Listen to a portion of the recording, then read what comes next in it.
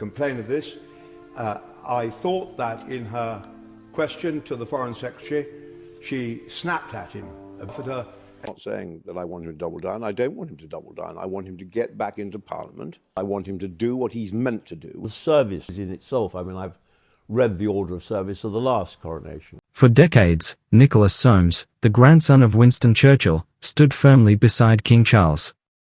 However, Soames has now broken his silence, unleashing harsh criticisms of the King's leadership. Could this be considered an act of betrayal? This stunning revelation could potentially shake the very foundations of Charles's reign. Join us as we explore the details of Soames's unexpected remarks.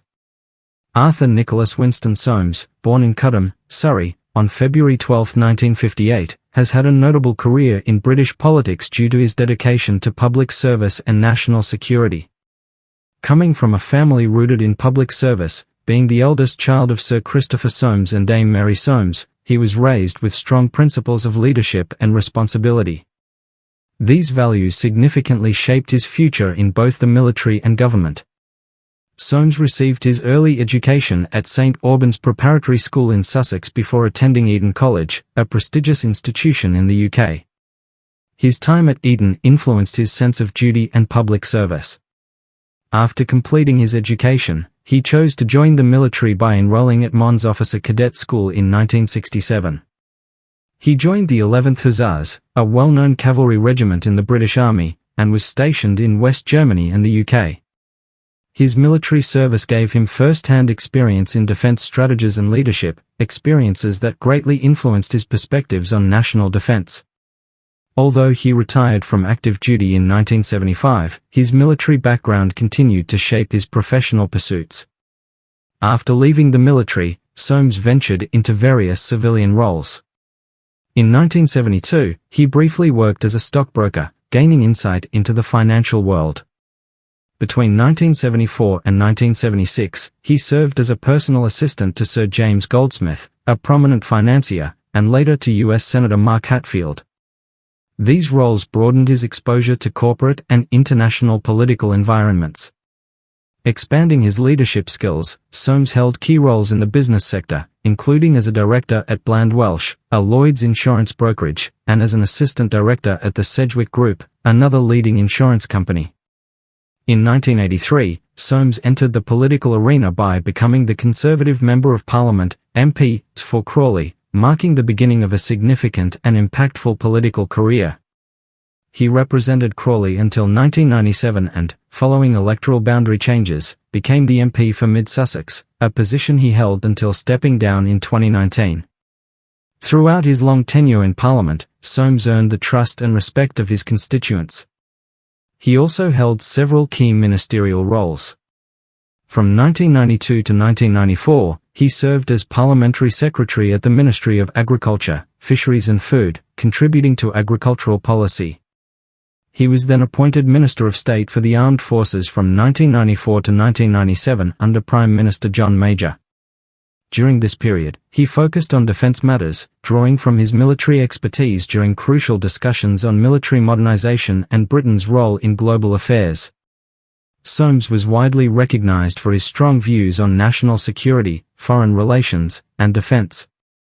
A traditional conservative, he supported a strong military and emphasized maintaining Britain's global standing. His speeches in Parliament reflected his deep commitment to protecting national interests and upholding institutional integrity. Even after leaving Parliament in 2019, his opinions on defense, governance, and public affairs continued to influence political conversations. But how did a man with such a distinguished background become one of King Charles's closest confidants? What is the story behind their deep and lasting bond? Over the decades, Nicholas Soames and King Charles III developed a friendship rooted in unwavering loyalty and a shared sense of duty. Their connection, which began over 60 years ago, grew through shared life experiences and mutual respect, starting from their youth and solidifying over time through personal and public challenges. Arthur Nicholas Winston Soames, born in 1948 and the grandson of Sir Winston Churchill, was brought up in a family steeped in public service and aristocracy. His upbringing instilled in him values of duty and accountability, aligning closely with the principles held by the future monarch. In 1970, Soames met Prince Charles when he became an equerry to the Prince of Wales, a position that required discretion, loyalty, and constant communication. He held this role until 1972, during which time the foundation of their deep friendship was laid. The early 1970s were formative for both men. Prince Charles was preparing to take on greater royal responsibilities, while Soames was transitioning from military service to roles within the royal household and beyond. Their shared experiences during this time created a bond based on mutual understanding and trust. Their friendship extended beyond formal roles, developing into a personal connection as they confided in each other about the pressures of their public duties and private lives. A key moment that highlighted their closeness was Soames's wedding in 1981. That June, he married Catherine Weatherall at St. Margaret's Church in London, and Prince Charles served as his best man.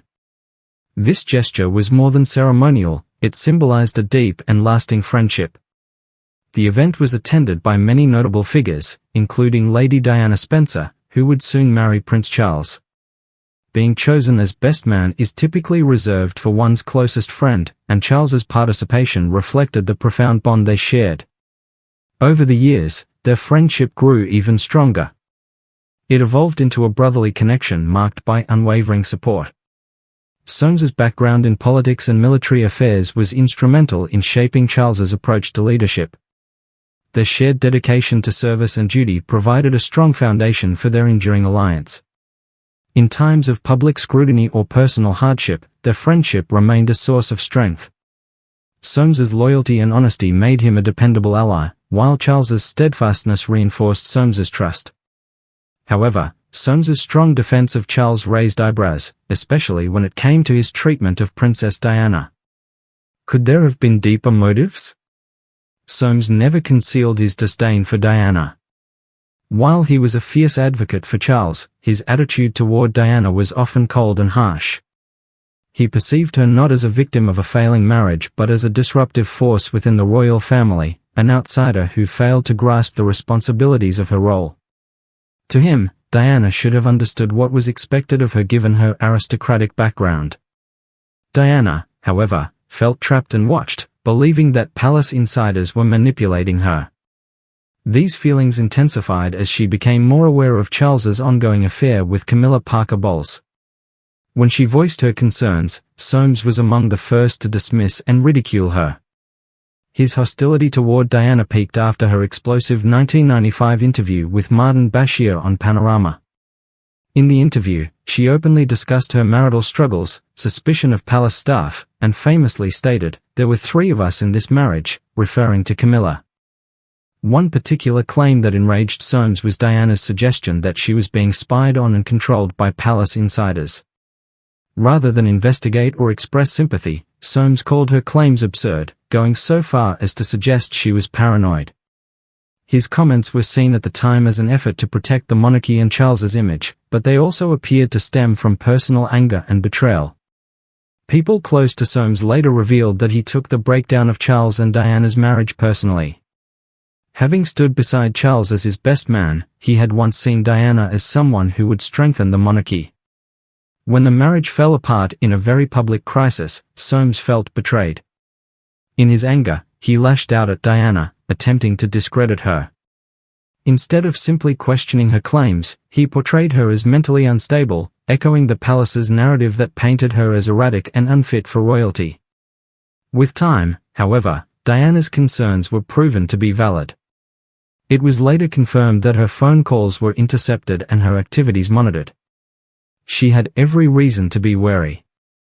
Despite this, Soames never retracted his accusations. He maintained that Diana had damaged Charles and the monarchy and refused to acknowledge that she had legitimate grievances. His loyalty to Charles remained firm, no matter the cost to his own reputation. Despite his past defense of Charles, Soames stirred public reaction once again when he shockingly turned against the king. After Diana's death in 1997, the world mourned. Many blamed the royal family for her mistreatment. While some of Charles's supporters expressed sorrow, Soames stayed silent about Diana, remaining loyal to Charles. Yet, those close to him suggested that beneath this loyalty was lingering resentment. Soames believed Charles had made grave mistakes, including his emotional detachment and his affair with Camilla. Known for being blunt, Soames was reportedly much less forgiving in private than he appeared in public. After Diana's death, emotions were raw, and many looked to the royal family for answers. While conspiracy theories swirled, the primary target of public anger was Charles. Sources claimed that in a moment of vulnerability, Soames finally admitted that Charles bore responsibility for what had happened to Diana. The claim wasn't of ending someone's life, but rather an allegation of causing harm to her inner self. SS was convinced that Charles's behavior had led Diana toward a road of sorrow, shame, and ultimately ruin. Being someone who had supported Charles during the wedding and had faith in their union and its importance, this was a harsh truth to acknowledge. Despite his personal sentiments, SS never publicly turned against Charles. He steadfastly remained loyal, even during times when Charles's image was tarnished. SS consistently supported the prince, disregarding any negative feedback and staying by the future king's side throughout his marriage to Camilla. The harm had already been inflicted. SS's cruel actions toward Diana had a lasting impact on how he would be remembered. By positioning himself as a severe critic of hers, he was seen more as a heartless figure than a loyal supporter. His efforts to defend Charles led to a portrayal of Diana as unstable rather than a victim of injustice. Despite the passage of time and the progression of the royal family, SS's remarks regarding Diana remained ingrained in people's memories. His statements during the Panorama controversy served as a representation of the animosity Diana encountered from those trying to silence her. Though he may have thought he was serving the monarchy's best interests, he is now remembered as one of Diana's strongest opponents, someone whose dedication to the crown overshadowed his empathy. Nicholas SS's outspoken defense of then Prince Charles during his troubled marriage to Princess Diana raised many questions about his motivations. Was he acting out of genuine loyalty to his friend, or was there a strategic reason behind his remarks? The weight of loyalty. SS and Charles had been friends for many years, with their relationship based on loyalty and a mutual past. SS, who once served as an equerry to the prince, was not just a staff member but also a trusted companion, offering assistance during Charles's toughest moments. Their connection was solid and went beyond their official roles. SS held a great admiration for the future monarch, and it is probable that this bond played a role in his choice to publicly support Charles during the turbulent period of his marriage to Diana. During the height of the Charles and Diana scandal, SS publicly rejected Diana's accusations of betrayal, dubbing her as paranoid. He insinuated that her worries were blown out of proportion, causing outrage among Diana's advocates. But what motivated SS to defend his stance so boldly? His unwavering support for the monarchy could possibly stem from his family background, as he is descended from Winston Churchill. SS may have viewed it as his responsibility to safeguard the royal institution, especially the heir to the throne, from any potential scandals. It is probable that he perceived Charles's reputation to be in jeopardy and felt it was essential to publicly defend him, even if it meant undermining Diana. Self-interest could have been a contributing factor as well. SS, who had long-standing connections with the royal family, may have been protecting his position within the inner circle by supporting Charles. By standing up for Charles, he was guaranteeing his continued strong relationship with the future king, which was essential for him to retain his influence in these elite circles. However, it wasn't only SS's personal reasons that influenced his words. The 1990s marked a period where public opinions towards the monarchy were changing. The royal family, once highly respected and beyond reproach, was now under intense examination. The public was demanding openness and accountability from public figures, including the royal family. SS's comments regarding Diana were possibly made in an effort to manage the situation and shield Charles from additional scrutiny. Nevertheless, his words ended up backfiring. Instead of calming the suspicions, they provoked public anger. Years later, SS's remarks regarding Charles and Diana have resurfaced at a time when the monarchy is facing increased scrutiny. Now that King Charles is reigning, every aspect of his past is being re-evaluated, not only by historians but also by a new generation unfamiliar with the drama of his marriage to Diana. The treatment of Diana by Charles remains a controversial topic that continues to shape his public perception. Individuals like SS, who stood up for Charles and criticized his detractors, are now coming under scrutiny themselves. Once an influential figure, SS is now facing backlash, with his unwavering allegiance to Charles being viewed by some as a relic of outdated aristocratic values. SS's controversial statement, in which he implied responsibility for her demise, has stirred up interest among royal observers and historians. Some speculate whether this was an acknowledgement of wrongdoing on Charles's part. Others believe it was simply the words of a man deeply hurt by the end of a marriage he once had faith in. At the moment, SS was filled with rage, enraged by Diana's public statements, angry at the media for supporting her, and frustrated by what he perceived as the disintegration of everything he had strived to safeguard. His allegiance to Charles had clouded his ability to think clearly, and in his fury, he uttered a comment that would later come back to haunt him. SS's words confirmed the suspicions of many that the royal family mistreated Diana, leading to her tragic end. Some viewed it as an emotional outburst from a man who once believed in the royal system but witnessed its downfall. The impact of SS's words was unforeseen and would echo through time. SS has broken his silent streak to express remorse after a long time. The descendant of Winston Churchill has come clean about his mistake, admitting he was unaware of the repercussions of his words. This is a rare instance of SS showing regret, as he has always stood by his statements unapologetically. However, there is a sense of reluctance in his apology, indicating that he may not fully understand the harm caused by his words. By admitting his error, SS not only acknowledges his misjudgment but also recognizes the evolving public opinion of Diana. Diana, once mocked for being difficult and unstable, is now seen as a woman who endured immense suffering at the hands of her husband and the institution he represents. SS could claim that his remarks were not a criticism of Charles and that, in his anger, he did not intend to suggest that Charles was to blame for Diana's death. However, for those who recall his statements and the years of debate over Diana's treatment, SS's justification in public may not be convincing. However, his actions were not without consequences. They had a significant impact on both him and the monarchy as a whole. SS's recent comments regarding Princess Diana have brought back a difficult period in the history of the royal family, one that the monarchy has been attempting to put behind them for some time.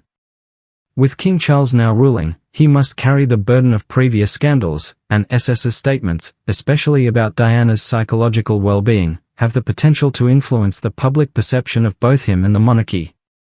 Over the years, Charles has made efforts to transform into a kind and contemporary ruler, moving away from the controversies that plagued his earlier years.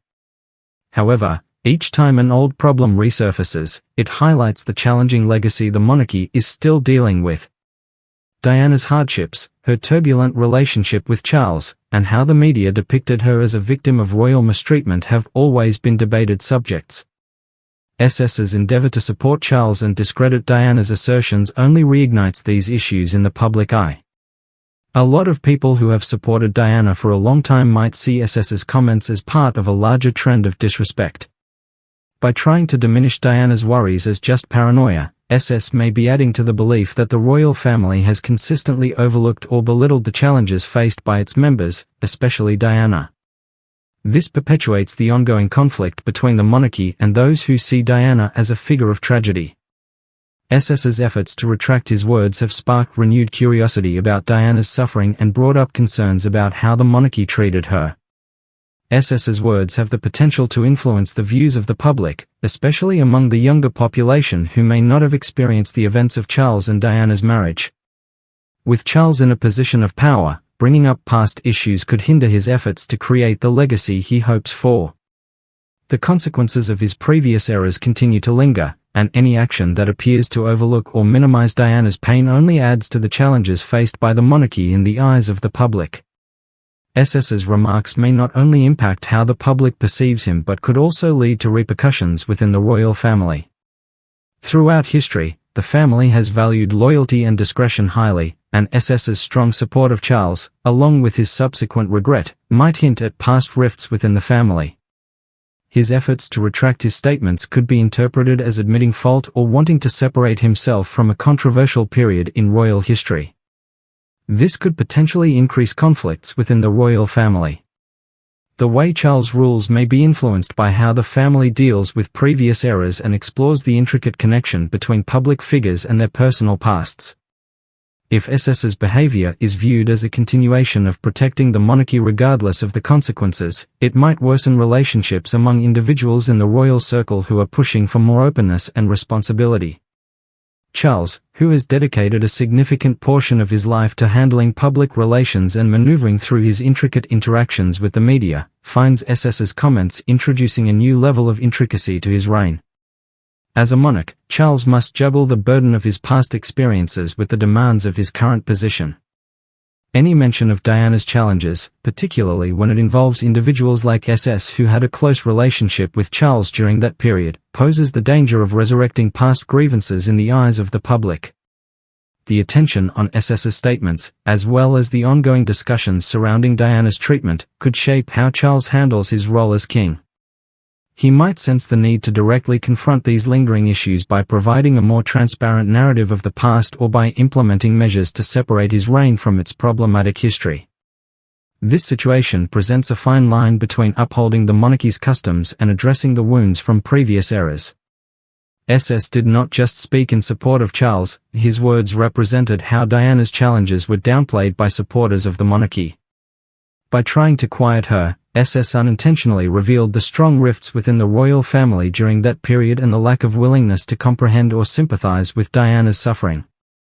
Upon reflection, it can be observed that the monarchy handled Diana's allegations in a cold and dismissive manner. Despite the ups and downs in Charles and SS's relationship, how do you think their bond stands now? Do they still maintain their close connection? The unwavering loyalty of Nicholas SS has shown unwavering loyalty to King Charles throughout various challenges and difficulties. The disagreements and difficulties that arose between Charles and Diana during their troubled marriage have gradually been resolved. Despite periods of distance and remorse, their connection has endured, with SS remaining a steadfast supporter of Charles. In recent years, the extent of SS's steadfastness has become more evident, especially during some of the most trying times in Charles's life. Following the death of Queen Elizabeth II in September 2022, the monarchy experienced a significant transition. Charles not only mourned the loss of his mother on a personal level but also found himself thrust into the role of king, a position for which he had long been prepared. Along with the weight of the crown, there was also the emotional burden of his mother's passing, leading to a public display of both grieving and assuming leadership duties.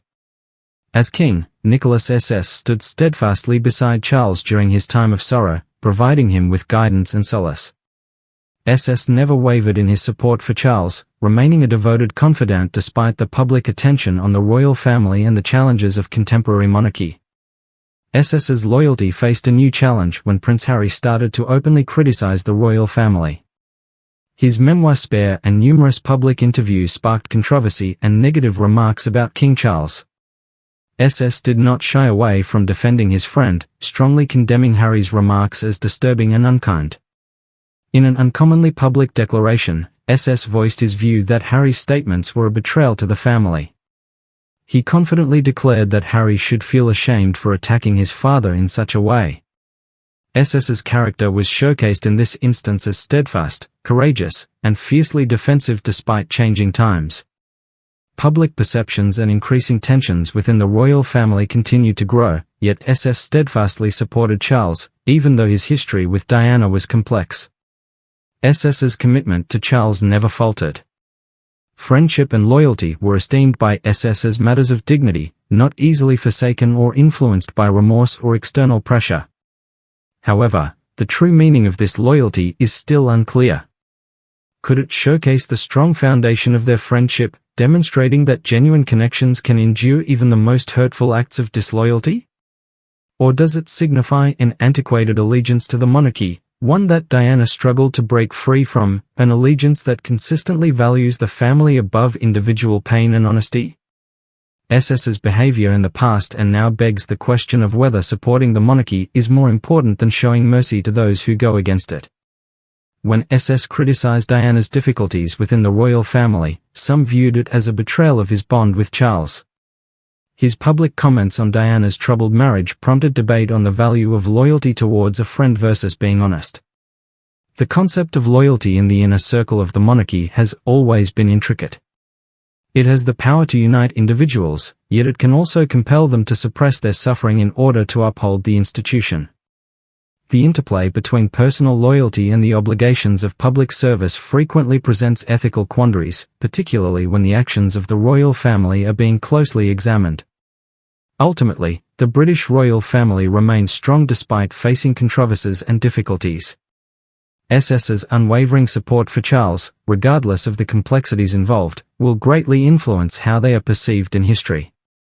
As Charles works on establishing his reputation, the important issue arises: is it acceptable for loyalty to excuse cruel behavior?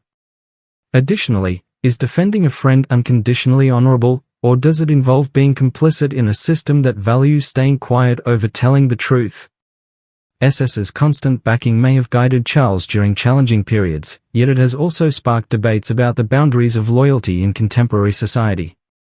The ultimate perception of SS and Charles by history will hinge on how they balance tradition and compassion in the future. If you enjoyed this video, like and subscribe, and also click the next video shown on your screen.